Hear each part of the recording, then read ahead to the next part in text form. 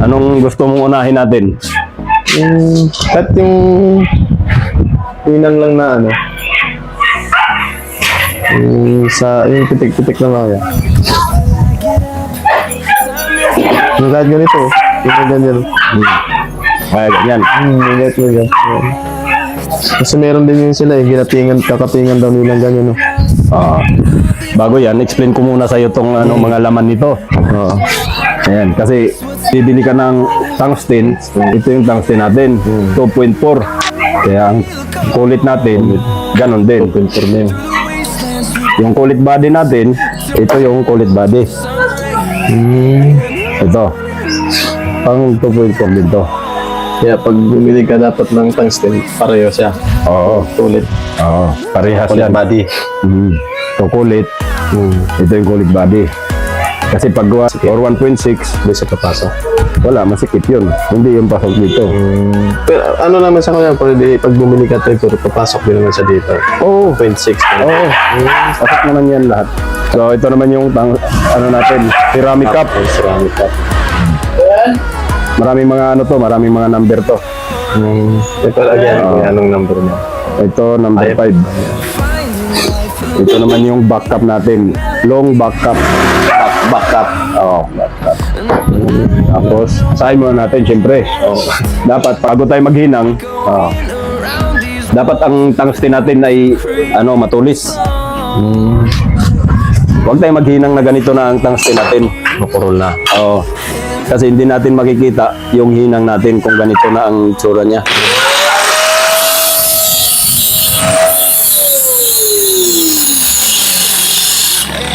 Sa pag-asa naman, patulisin mo lang, okay na yan. Mas maganda kung kabilaan. Para pagka mapuro na yung kabila, pwede mo lang balik na rin. Hindi ka asang-asang. Oo. Ganyan lang. Pwede mo yan. Tapos sa clearance ng tungsten natin, depende dun sa Gagawin. ihinangin mo. Yan. Halimbawa, mag-spot ka nandun sa loob. Yan, nahaba. Habaan mo, yung kaya niya abutin. Nag-spot ka na naka-T-joint. Yung sakto lang din siyang nakaangat. Kung mas maganda, halimbawa, sa T-joint, kung mas maganda, kung ilapat mo tong magkabilang gilid, sa gilid-gilid din na naka-T mo. Tapos yung tungsten mo, iangat mo lang siya ng mga 1.5. Medyo halimbawa siya. Halimbawa, ganyan. Yan. Ganyan lang. Kailangan nakaangat siya ng konti. Yan. Hindi siya pwedeng Oo. Tapos dapat ma-maintain mo yung clearance niya at ma-maintain mo yung position ng tungsten na nakaganyan. Nasa gitna siya. Ayan. Kasi wala ka namang dapat ilagan dito sa dalawa na to kasi pareha sila 1.5. So halimbawa lang, may pagkakataon na may time na ang isang pyesa mo ay mas manipis kaysa dito sa kabila. Kailangan ang tungsten mo mas lamang ang tutok niya doon sa makapal. Parang sa welding lang, walang pinagkaiba sa nagwi-welding ka. Huwag mong tutukan yung manipis kasi mabubutas yun. Dito ka tumutok sa makapal.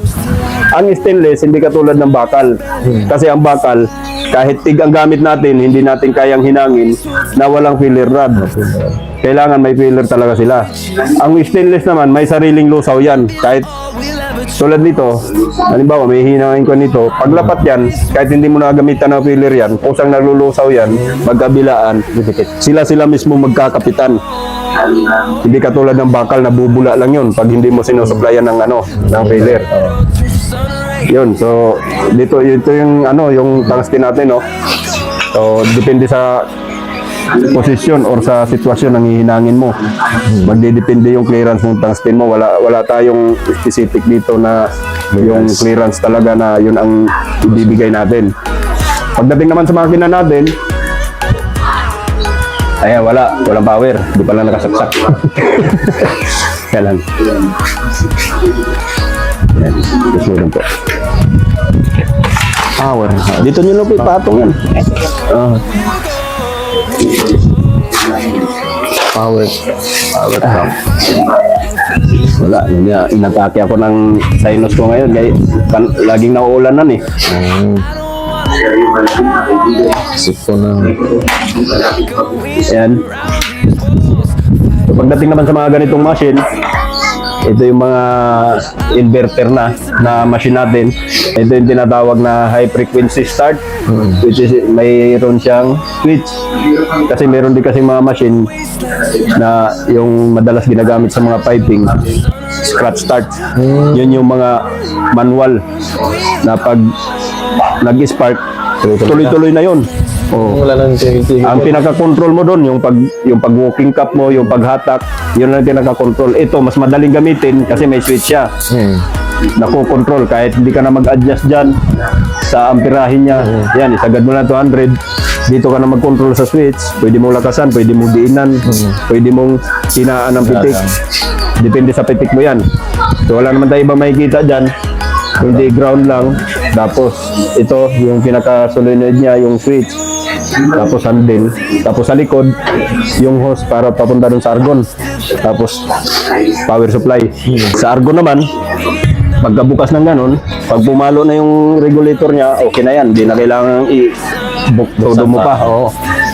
Mababa lang pala pag ganyan kanipis. Oo. Mababa lang. Tapos sa control naman ng hangin, ayun, kung makikita mo sa gauge natin, nakaangat lang siya ng anong number? 1. Naka 1 lang siya. So, depende pa rin sa area yan. Kas mo, paano mo i-supply. Kasi, minsan, pag naghinang tayo na open yung area, medyo mahangin, kailangan lakasan mo rin yung supply ng gas natin. Kasi, pag tatalunin siya, sumasabog yun. Kaya lang pumuputok. Halimbawa, may electric fan. So, wag kang maghinang na nakatutok sa yung electric fan. Kasi sasabog yung ano. Hindi ka makahinang ng maayos. Pero dito sa atin, nasa loob tayo ng shop, okay na yung ano niya. Okay na yung supply niya. Okay na yan. Ngayon, sa pagpatakbo naman tayo, paghinang naman tayo, dito muna. Ihinangin mo siya nang wala mo na siyang cut or walang dugtong ha. Ganyan lang, as in maghinang ka lang diyan na kumbaga plain. Tapos paghagod naman dahan-dahan lang. Para may guide ka, ganito lang yan.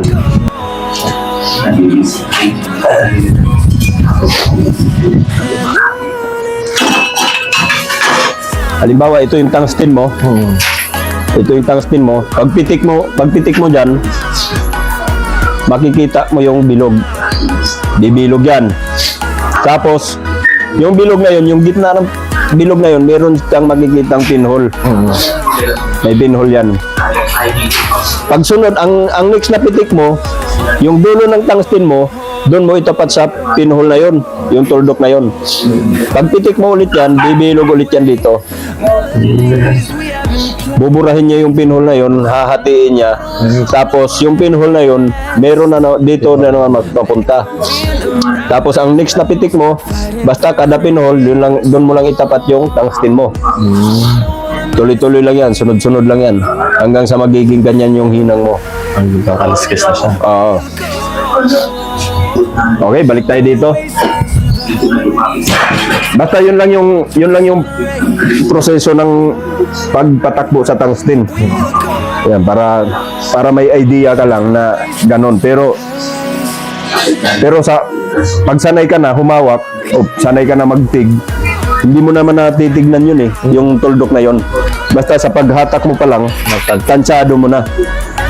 Siyempre, ikapit natin yung ground.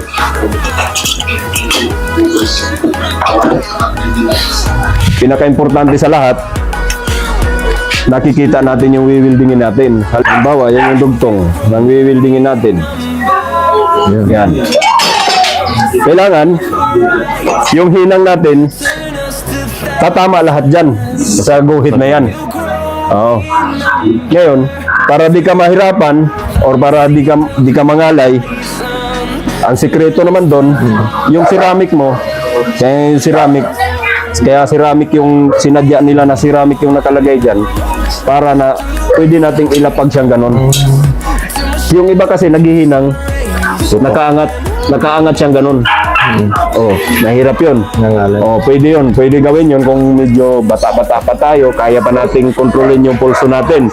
Eh, ngayon medyo may edad na, wala namang problema dyan, wala namang kaso dyan. Ilapag mo lang siya ng ganun, tingnan mo yung tungsten, yung clearance ng tungsten natin, mag-clearance ka lang ng 1.5 or 2 mm, ganun, depende sa kapal na gusto ng hinangin mo or depende sa lapad. Kung gusto mong mas manipis na hinang, ilapit mo pa siya ng konti. Yung halos halos 1 mm lang ang iangat mo. Ganyan. Kung gusto mong mas malapad, iangat mo siya ng konti. Okay lang yan. Importante, mahinang mo yung hihinangin. Ha? Oh. Ayan, so dito sa TIG, sa automatic, mahirap makuha to. Ibig sabihin, mahirap nakawin pag hindi mo alam yung technique, kasi hindi katulad sa stick na pag na may nakita kang naghihinang, pwede kang lumapit, kuha ka ng dark glass, titignan mo kung paano tinira. Oh, dito kasi lalo na pitik-pitik yung gamit natin. Tulad yan, pagpitik ng ganyan, hindi mo makikita yon. Oh, tapos pitik ka ulit. Yan. Maintain mo lang yung clearance. Hindi mo siya makikita kung paano ginawa. Kasi pitik-pitik eh. Kaya kahit gumamit ka ng clear glass dito, okay lang. Dahil ang diskarte naman doon, or technique naman doon, kada pitik, isabay mo lang yung mata mo sa pagpikit.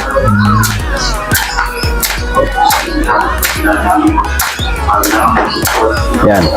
Ang importante dyan, kung gaano siya kalapad, yung hinang, dapat na-maintain natin. Kung gaano siya kalapad, hindi yung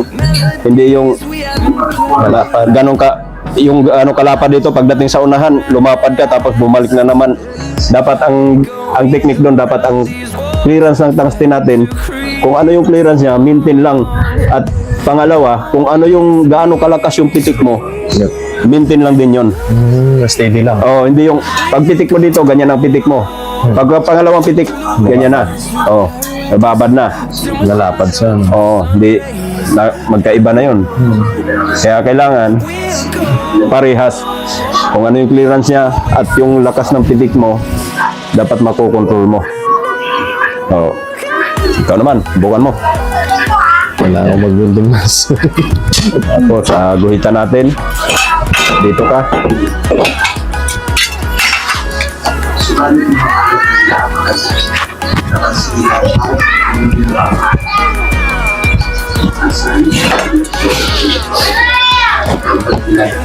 Pag nakuha mo yung ganyang hinang, pag nakapaghinang ka ng ganito, nakita mo naman siguro kung paano sila nag-trade test doon. Subukan natin yung mga sinasabi mo para maituro ko rin sa'yo kung paano ang diskarte doon.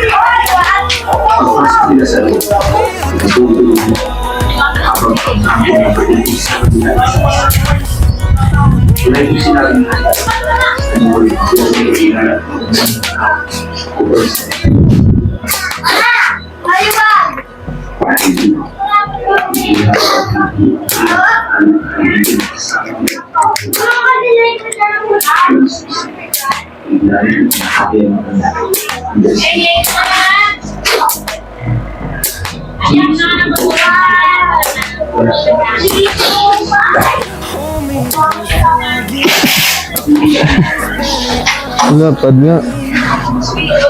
Oh, umabli. Nangyari. Malapad lang konti. Ibig sabihin, maba yung Oo. Tapos, lumiko. Ano ba gamit mo? Dark glass? Parang hindi. Auto dark? Auto dark. Nakikita naman, di ba? Pero yung dulo hindi makita. Oo. Mas maganda kung kaya mong isabay yung mata mo sa pagpitik, mas maganda clear glass gamitin mo. Salamil ang ano lang sana, no? Oo, ito lang. Ito lang para mas makikita mo. Ito mga auto dark yan, pinalitan ko lang ng salamin. Pero pagka nahuli, yun, medyo sasakit talaga. Oo. Kaya sasabay talaga. Sabay mo. Kaya practicein mo muna bago ka pumitik. Ganun muna, oh. Pwede na magdahan-dahan. Huwag mo nang, kahit huwag mong gayahin yung sa akin. Ganun, ganun. Oh, kada pitik mo, pak. Oh, pak.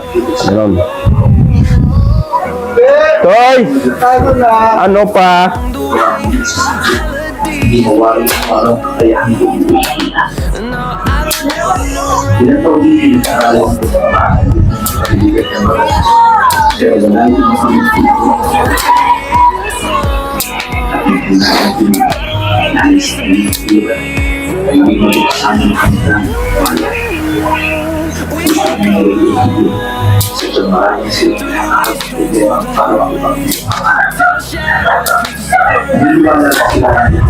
Pwede na pala pang 3 piece yan, oh.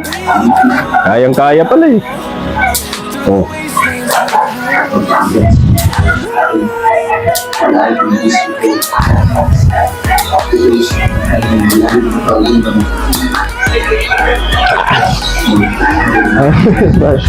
Medyo maayos. Oh. Kasi nakita ko naman sa pitik mo, parang ano naman, consistent naman eh. Hindi naman yung ganon tapos padiin na naman. Oh. Isa pa. Ito. Diretsuhin mo.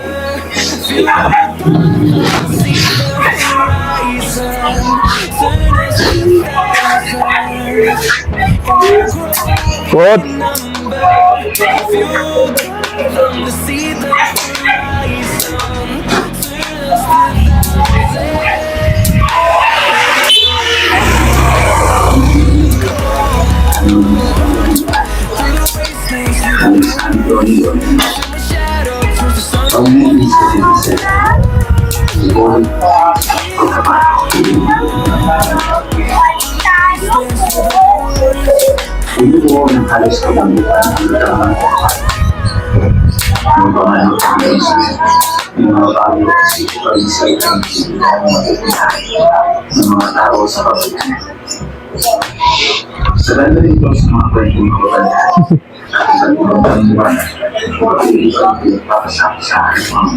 Pagka ganyan, medyo babad.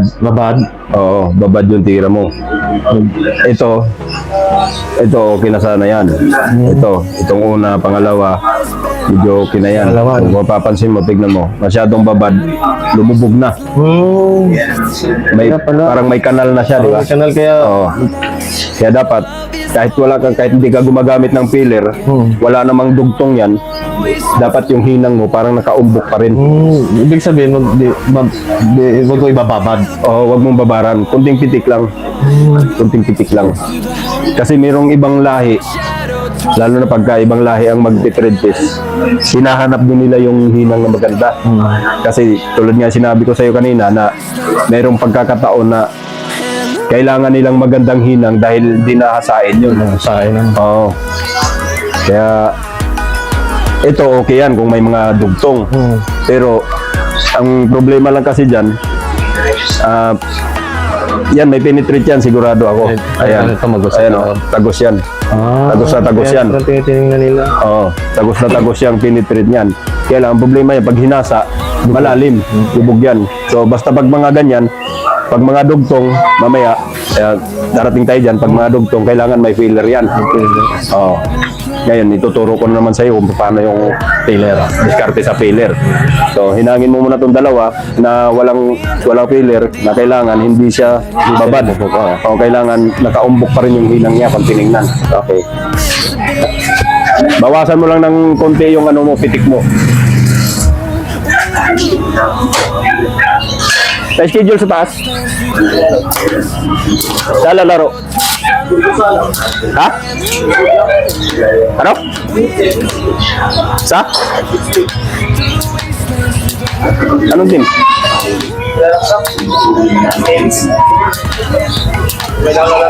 Ha? Anong oras?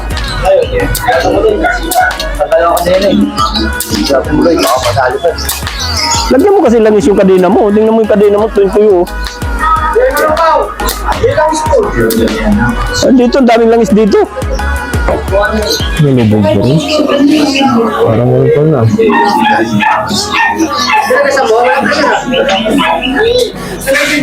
Tingnan mo yung hinang ko para may reference ka. Paano? Yung hinang ko. Yung sa akin, yung ano. Yan. Maliit lang. Dapat na na maliit. Hindi yung babad pa.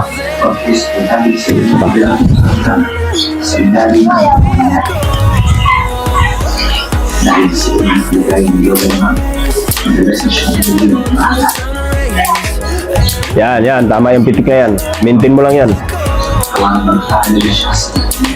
Yan.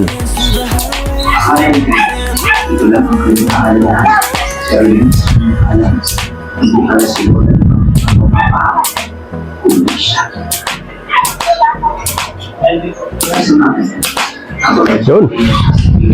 Ano? Hindi naman alam ito medyo hindi na siya ma. Tapos ay importante itong huling pitik. Dapat walang pinhole. Ang discard dyan, pitikan mo siyang mahinang-mahina. Parang ano Oo. siya, Oo, kasi ito kasi pagka hinasa yan, hindi mawawala yan eh. yung pinhole. Oo, nandyan pa rin yan. Yung pinhole na yan, tagos din yan. Tagos ka pala yan. Kahit maliit. Kahit yung pinakamaliit na tuldok, pag hinasa yan, Kita sa yan. nandyan pa rin yan, hindi mo mabubura yan. So, okay na yan, yung ganyan, okay na yan. Oo. Yun. Ito, okay na to. Yan. Ito nababad lang. Medyo nababaran lang. Tapos, yun nga, yung clearance ng tungsten mo, medyo malayo. Kaya, tingnan mo yung lapad. Halos dalawa. Halos dalawa yung halos dalawa yung doble yung lapad ng hinang ko. Dapat i-maintain ko lang talaga yung clearance. Dapat maintain lang para mas manipis siya tignan. Dapat ano mo talaga, yung mata mo, pitik mo. Kasi pagka binapping kasi natin yan, Kita talaga. oo. So, halimbawa, di na tayo maghasa.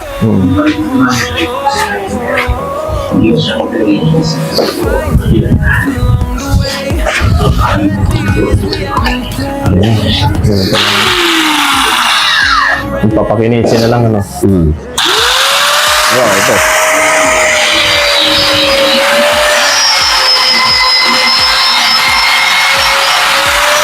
Maganda. Oo, maganda. Tapos ito.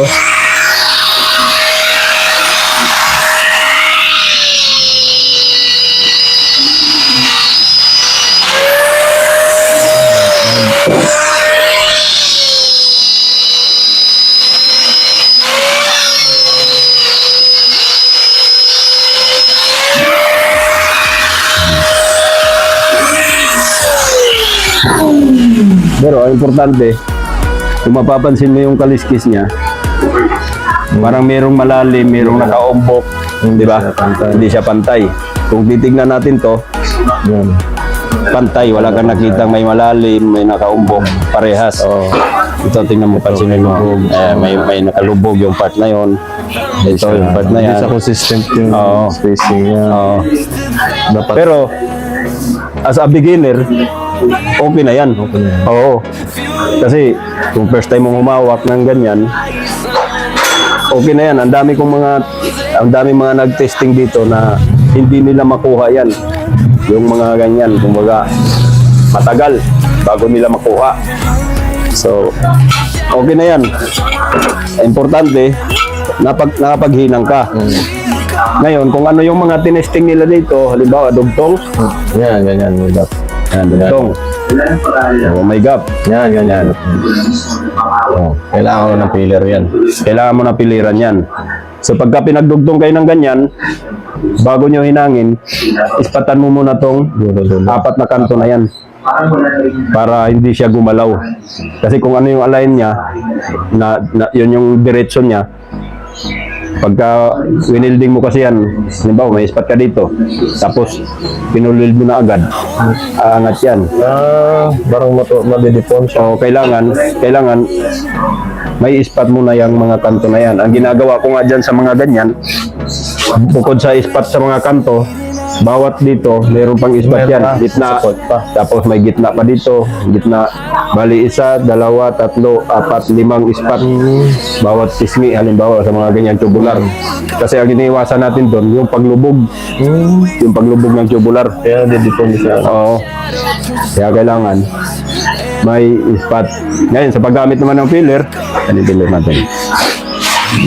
Bidyoan mo nga ako mamaya. Bidyoan mo ako pag dumaan gawa na ako. Mamaya pag ano, bidyoan mo ako. Sa'yo lang sa cellphone mo lang. Pag nag-ano na ako. Stop mo. Yan, dito muna tayo. Sa paggamit naman ng filler, kung ano yung clearance ng tungsten mo, halimbawa, nag-clearance ka ng 1 mm. Yan. Nandun yung tungsten mo. Yung filler mo, saka yung tungsten mo, dapat mag-clearance ka rin ng 1 mm. Yung filler mo, nakadikit lang dito sa hinangin mo. Pero wag mong itapat doon sa dulo ng tungsten. Mag-clearance ka rin na parang nakaganyan siya. Nakaganyan. Parang nakaganyan. Wag mo siyang itapat doon kasi bibilog lang to. Nakapaghinang ka na ba ng acetylene gamit? Oo, kaya pag ano na kasi. Oo. Kung ano yung proseso nun, same lang to. Kailangan ito yung hihinangin mo yun ang babagahin mo. Ito supply lang to. Wag mo tong tutukan ng tungsten mo kasi bibilog lang to, hindi to didikit doon. Kakapit siya dito. Oo, didikit din yan doon. Kasi ito babaga yan eh. Pwede siyang dumikit doon. Ito pwede bumilog yung dulo nitong filler mo. Hindi siya didikit. Oo, hindi siya didikit dito pero bibilog to. Hindi siya kakapit doon. Hindi ka makapaghinang. Kaya kung saan yung hihinangin mo, ganyan ka lang dito. Ganyan ka lang. Mag-clearance ka lang ng 1 mm din. O kung ano yung clearance mo dun sa hihinangin mo, ganun lang din ang clearance ng filler mo. Kumbaga supply lang. Ayan. Halimbawa, ayan. Ito kasi sumasabog to kaya binubomba ko muna. Kasi yung mga naiipon na hangin. Malakas yun eh. Oo, kaya sumasabog. Kaya, tingnan natin. Magmasa ko kasi naka-vlog tayo. Ayan. Ayan. Silipin mo rin para makita mo. Hanap ka ng hanap ka ng area na masilip mo yung tungsten natin.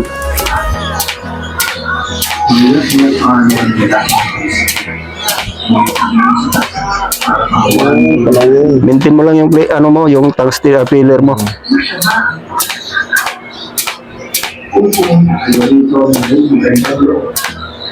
Maintain lang talaga yung spacing ng filler tsaka yung ito.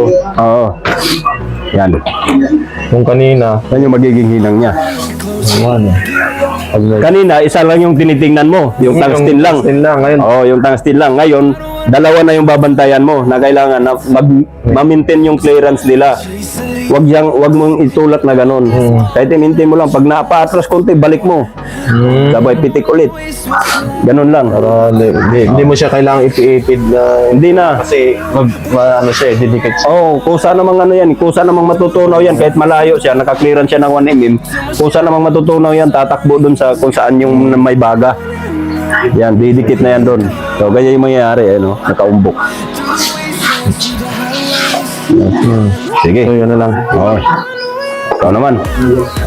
Guguhitang para hindi kami mayo sa ay sa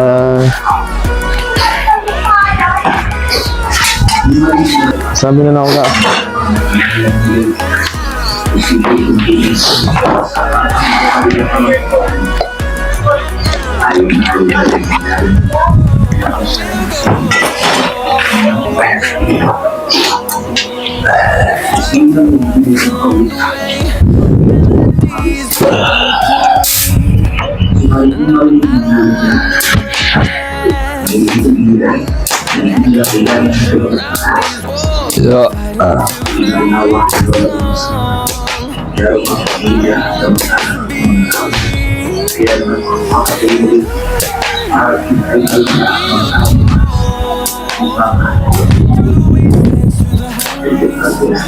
So,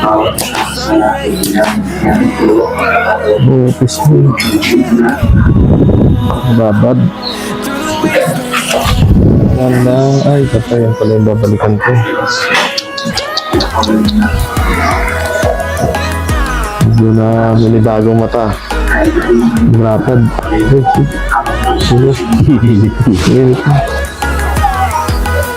Mababad lang. Dapat. Hindi.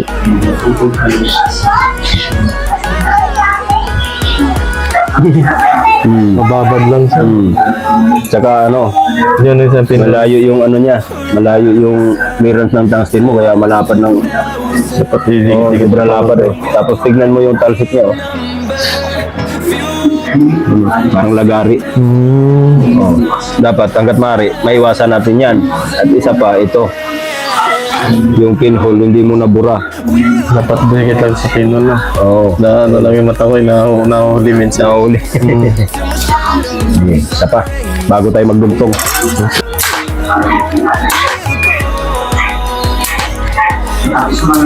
Yan, yung tunog na yan, i-maintain mo yan.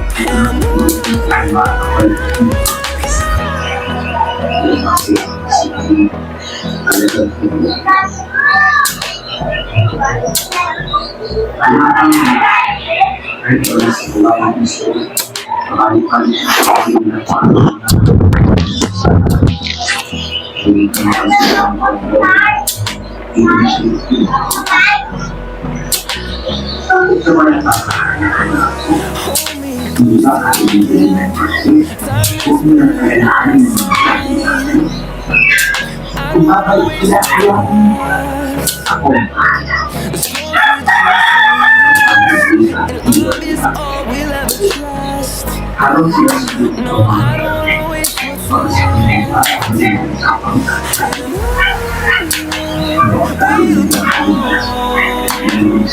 through the wasteland highways till my shadow turns to sun